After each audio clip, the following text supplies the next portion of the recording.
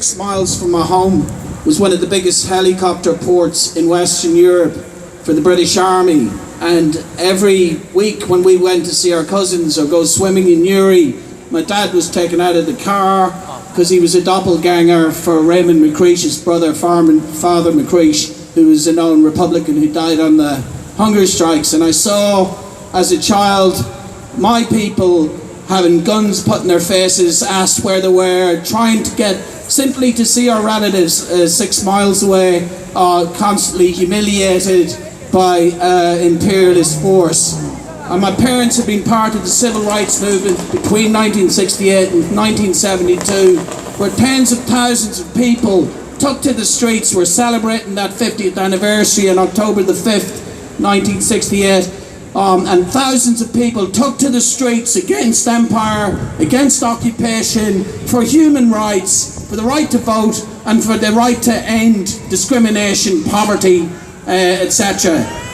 And that great movement was shot off the streets, just like they shot Martin Luther King 50 years ago. They shot off the streets in Bloody Sunday in 1972.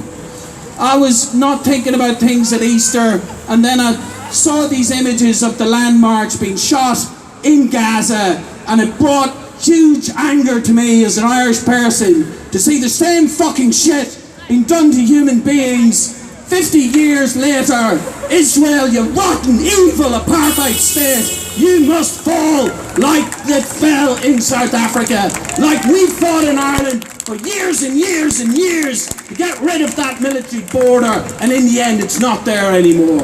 When I took Oisín there last year, he's going, "What's the big deal, Dad?" I was showing him on the GPS, we're moving from one country to another. We're moving from Vodafone Ireland to Vodafone England. Here in the shop we have to use a different bit of money. He's going, "This is insane. It's the same bit of green." Well, hopefully one day that would be what we'll have when we have a one state in Palestine that loves everybody, that loves Jews, that loves Arabs, that loves Christians, that loves dirty communist atheists like me. We're all one people and we should be able to live together. But the march of return goes to the nub of the problem, why we can never have any other kind of solution. There can be no peace, there can be no justice until people like Billy are able to use the key that his father still has to his home in occupied Palestine, what they now call Tel Aviv or Haifa or Israel.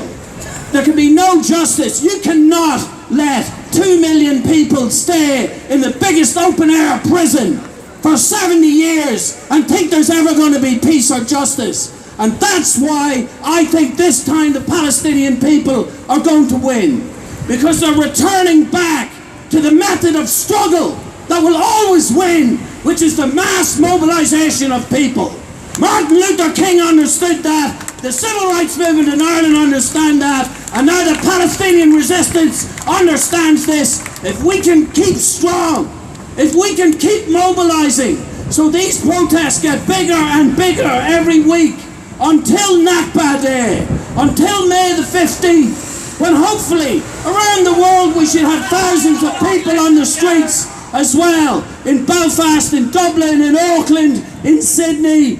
It is our duty now to build that movement to its crescendo on May the 15th, when we mark the 70th anniversary of the great catastrophe, the Nakba of the Palestinian people. That is what this is about.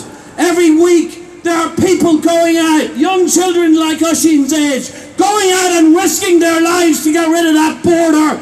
We owe it to them to build from today all the way to the May 15th, so that there are thousands of people on the streets here in Auckland in solidarity with them. Victory to the Palestinian people.